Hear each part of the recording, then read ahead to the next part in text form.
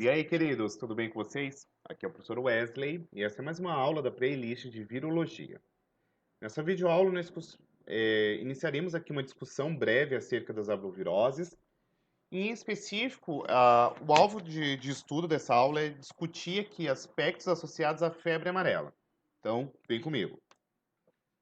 Primeiro aspecto que eu quero trazer a vocês é que quando comenta-se sobre a arbovirose, é extremamente importante que nós entendamos que se trata de um termo epidemiológico, isto é, trata-se de um termo que vai estar associado com um grupo de vírus que apresentam, em geral, um genoma de RNA, são vírus zoonóticos, ou seja, vai ser uma transmissão que está envolvida aqui, geralmente por um artrópode, que no caso pode ser um mosquito ou até mesmo um carrapato.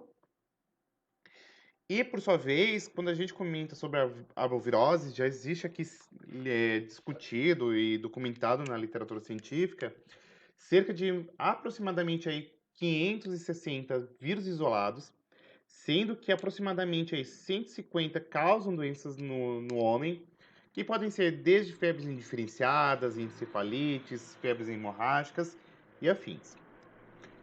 No entanto, pensando-se aqui num contexto do Brasil e, sobretudo, numa relevância sanitária, a gente vai comentar basicamente aqui dos vírus da família Flaviviridae, que são basicamente o vírus da febre amarela, o vírus da dengue, o Zika vírus, e a gente pode ainda pontuar aqui o chikungunya também dentro desse balaio, beleza?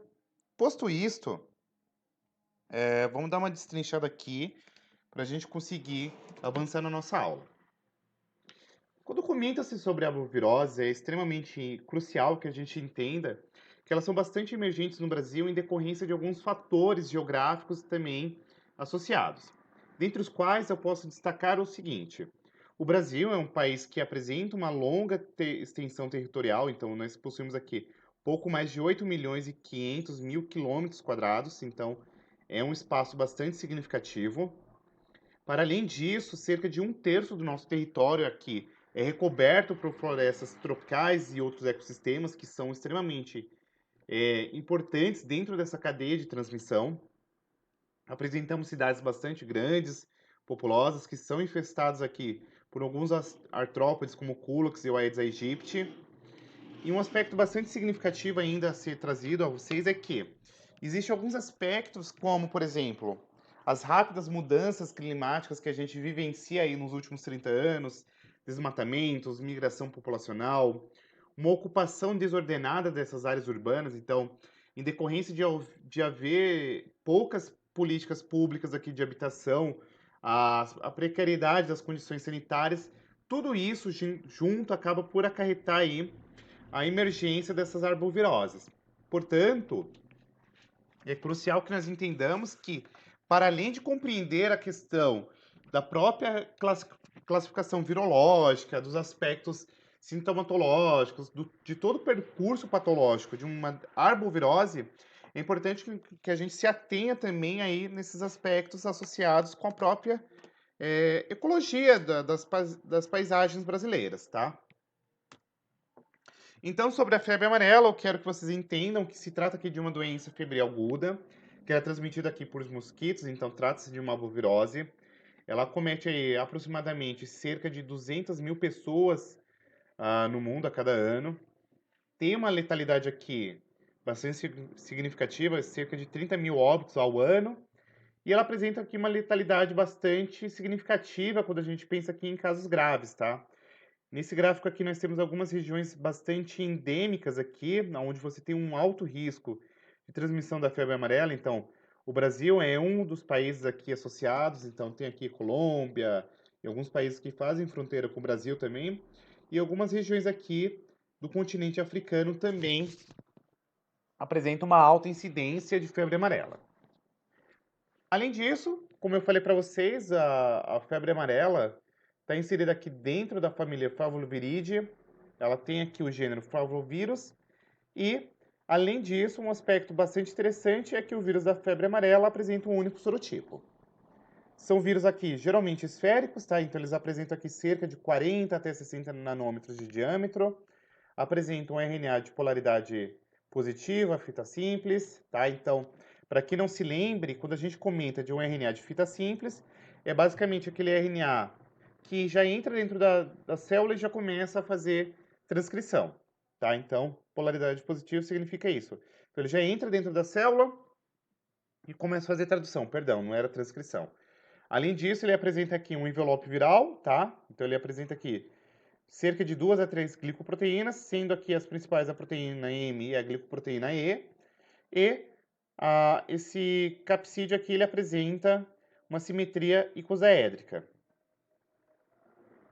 Bem, acerca do histórico epidemiológico da febre amarela, no ano de 1881, lá em Finland, no Cuba, teve um doente que ele era uma pessoa mais suscetível e foi aqui a presença do agente transmissor que foi descrito agora como a primeira doença que a gente pode agora conceber que existe a figura de um transmissor aqui. Ou seja, há a presença de um agente filtrável. Lá no ano de 1900, o Walter Heather, como eu comentei lá no histórico da virologia, foi um importante pesquisador porque ele demonstrou aqui o papel do Aedes aegypti como justamente esse artrópode que é um transmissor, tá? E por consequência, a gente agora já documenta aqui como a primeira doença na qual a gente tem a figura de um vetor da artrópode. No ano de 1902, o Emílio Ribas, aqui em São Paulo, ele faz a primeira campanha de combate ao Aedes aegypti. Isso aqui é uma enfermaria de doentes aqui de febre amarela lá em Cuba, tá bom? Sendo que, além disso, no ano de 1920, começou aqui uma série de várias campanhas do Oswaldo Cruz, tá? Em 1927, tem esses dois pesquisadores aqui, o Murphy e o Burry, que eles fazem aqui o isolamento do vírus. Então, ele pega uma cepa que a gente chama de ACIB, ele faz a inoculação aí do sangue do paciente, o macaco rhesus e consegue aí fazer o isolamento aí do vírus. Em 1937, inicia-se aqui um processo de atenuação dessa cepa através de uma passagem seriada aqui um tecido de cultura e embrião de galinha aí, que dá origem à cepa 17DD, que é justamente aqui a vacina para a febre amarela.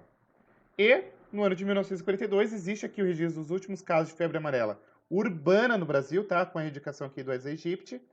No entanto, a gente sabe que posteriormente houve alguns surtos aí de febre amarela. Quando a gente fala de febre amarela, é importante a gente se atentar aqui com algumas manifestações clínicas que são bastante relevantes para a gente conseguir aqui fazer o diagnóstico. Acerca da patogênese, o primeiro aspecto que eu queria trazer a vocês é que o vírus ele faz uma replicação em monócitos, macrófagos e células endoteliais, ocasionando aqui lesões no fígado, na porção do endotélio vascular, medula óssea e baço, tá?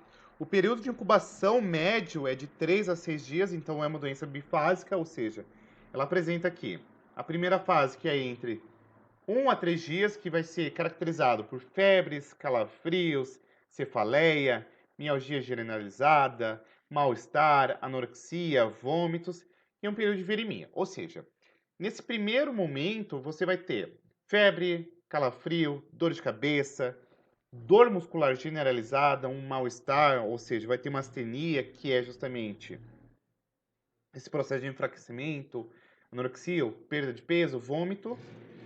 No segundo dia, aí, que se dá entre 24 até 48 horas, em um período de remissão, ou seja, existe aí um momento de melhora desses sintomas.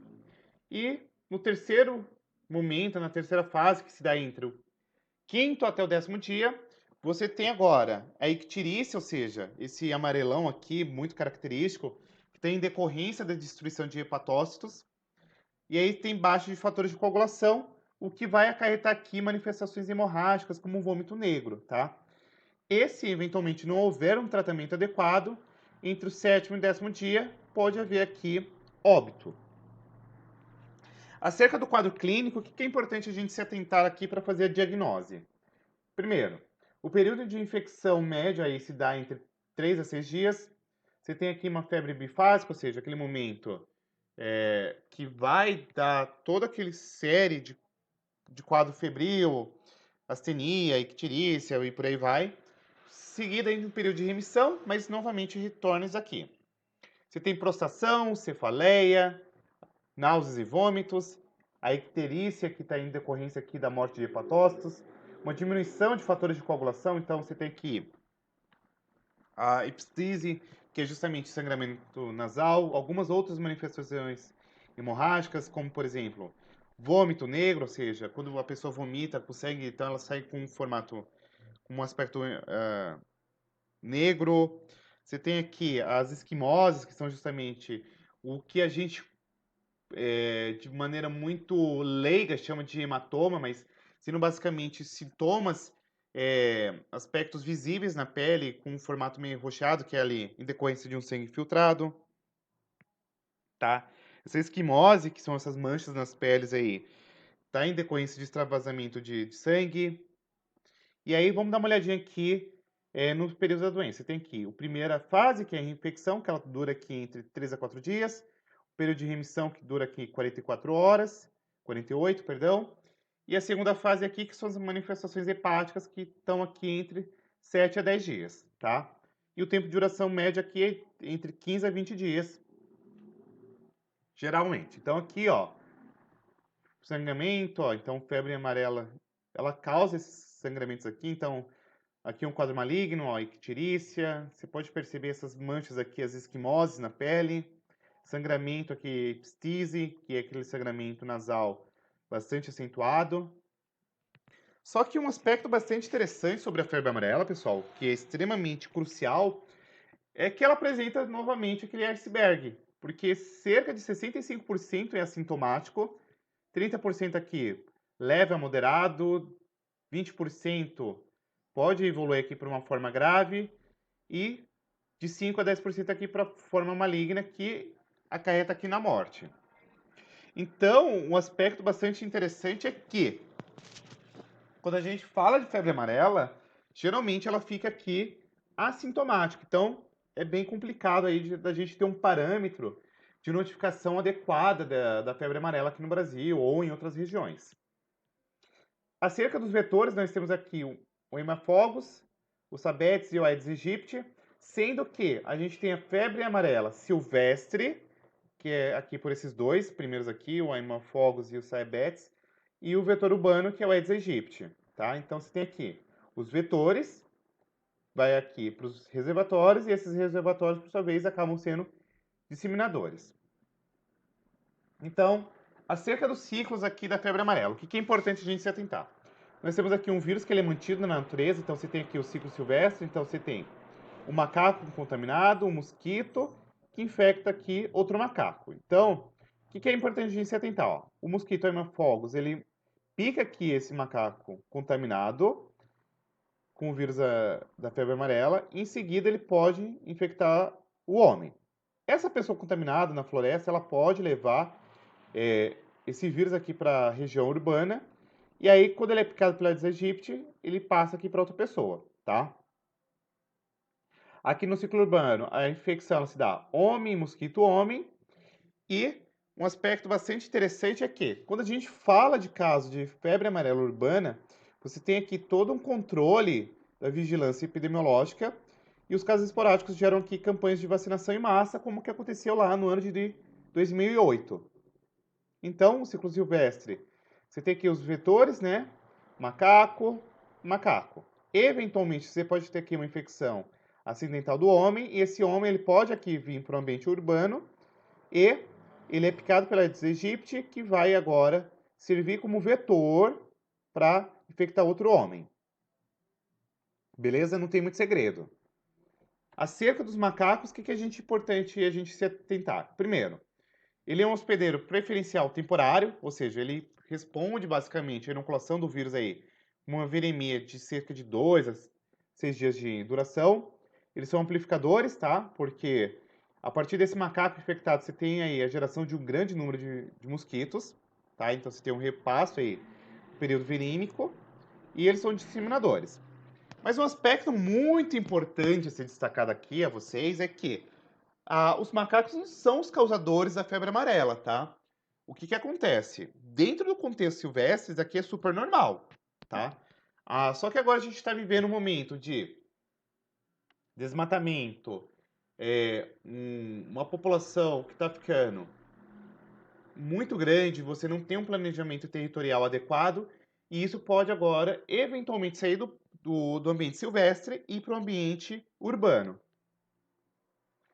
Então aqui tem algumas classes de macaco, ó, alguns macacos, como por exemplo, o mico, soninho, o macaco prego, o guariba, o búgio, que são aqui esses primatas que servem de reservatório, esses primatas não humanos, tá? Acerca da febre amarela no Brasil, a gente sabe que é a maior área endêmica de febre amarela no mundo e, por sua vez, a febre amarela é uma doença de notificação obrigatória, tá bom?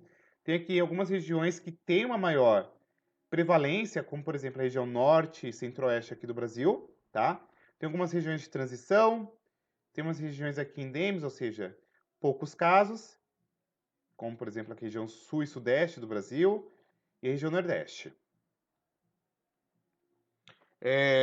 Em 2008 foi aí o boom que teve aqui, mas felizmente é bastante controlado, tem vacina para esse. Então, por exemplo, se eventualmente a pessoa precisar ir lá para a região do estado do Amazonas, ela pode ir até um centro de vigilância sanitária, tomar vacina para febre amarela e viajar para lá, tranquilamente, beleza? Acerca do diagnóstico laboratorial, existem algumas formas da gente fazer. Basicamente, a gente faz aqui a amostra clínica, ou seja, pega o sangue e o soro do paciente até o quarto dia da doença e a gente analisa aí alguns aspectos, como por exemplo, as transaminases, como a TGO, TGP, fosfatase alcalina, ureia, creatinina, bilirrubina total em frações, EAS, faz uma hemocultura, tá? No início da infecção, a gente pode analisar, por exemplo, a leucotriose à esquerda, discreta aí com eventualmente neutrofilia à esquerda. Podemos analisar aí alguns fatores da síntese de fatores da coagulação hepática, como o fator 2, 5, 7, o 9, o 10 e etc. A gente pode fazer isolamento aqui do vírus, tá? A gente utiliza aqui camundongos recém-nascidos e faz aí a cultura de células C6, 36, tá? Outro aspecto bastante interessante é que existem alguns diagnósticos específicos, como por exemplo, a detecção aqui do ácido nucleico através da PCR em real time, que faz aí uma distinção entre as amostras vacinais de amostras selvagens. A gente pode fazer aqui detecção de anticorpos pelo ensaio imunoenzimático, o famoso ELISA. Então a gente pode fazer a UMAC ELISA, ELISA de inibição, inibição de hematoaglutinação e por aí vai, de maneira a qual a gente consiga aqui detectar IgM e IgG, tá? Um aspecto bastante interessante aqui sobre o PCR é que ele é extremamente crucial quando tem aqui um caso de óbito. Então, quando tem esse óbito, é fortemente recomendável fazer-se aqui PCR e também um exame imunohistoquímico para fazer aqui o diagnóstico e, consequentemente, fazer a notificação aí compulsória. Existe aqui uma série de trabalhos no Brasil para fazer aqui a redução da incidência da forma silvestre, tá? Mantém aqui nula a forma urbana. E aí, o que é importante a gente se atentar pensando em aspectos epidemiológicos? Casos urbanos, a vigilância de cobertura vacinal, a vigilância de episootia de primatas não urbanos, vigilância entomológica. Ou seja, a gente tem que pensar, por exemplo, tem pessoas que têm o hábito de pegar sagui e criar. E isso aqui pode ser um fator associado aí com aumento de incidência de febre amarela no ambiente urbano. E existem fatores de prevenção aqui para a febre amarela, que é a vacina, tá? Então, você tem aqui o vírus vivo atenuado, essa cepa 17DD, como eu falei anteriormente. Ela é produzida aqui pela Biomanguinhos. A proteção basicamente se dá após 10 dias da aplicação. E a imunogenicidade dessa vacina, ela dura aqui cerca de 10 anos, tá? Ela é bastante eficaz e segura, tá? E tem-se aqui a vacina fracionada, que tem 2 anos de garantia. Beleza? Então, aqui tem uma área, um mapa das áreas aqui, na qual existe a recomendação. Essas verdes aqui são recomendadas. E essas linhas azul aqui não há recomendação da vacina. Como eu falei para vocês, pensando em aspectos aqui de vigilância é extremamente importante. a vigilância aqui de casos humanos, cobertura vacinal, vigilância aqui de epizootia de primatas não humanos e a vigilância aqui ontológica. Ou seja, eu preciso analisar a população de macacos e também aqui dos vetores associados à transmissão.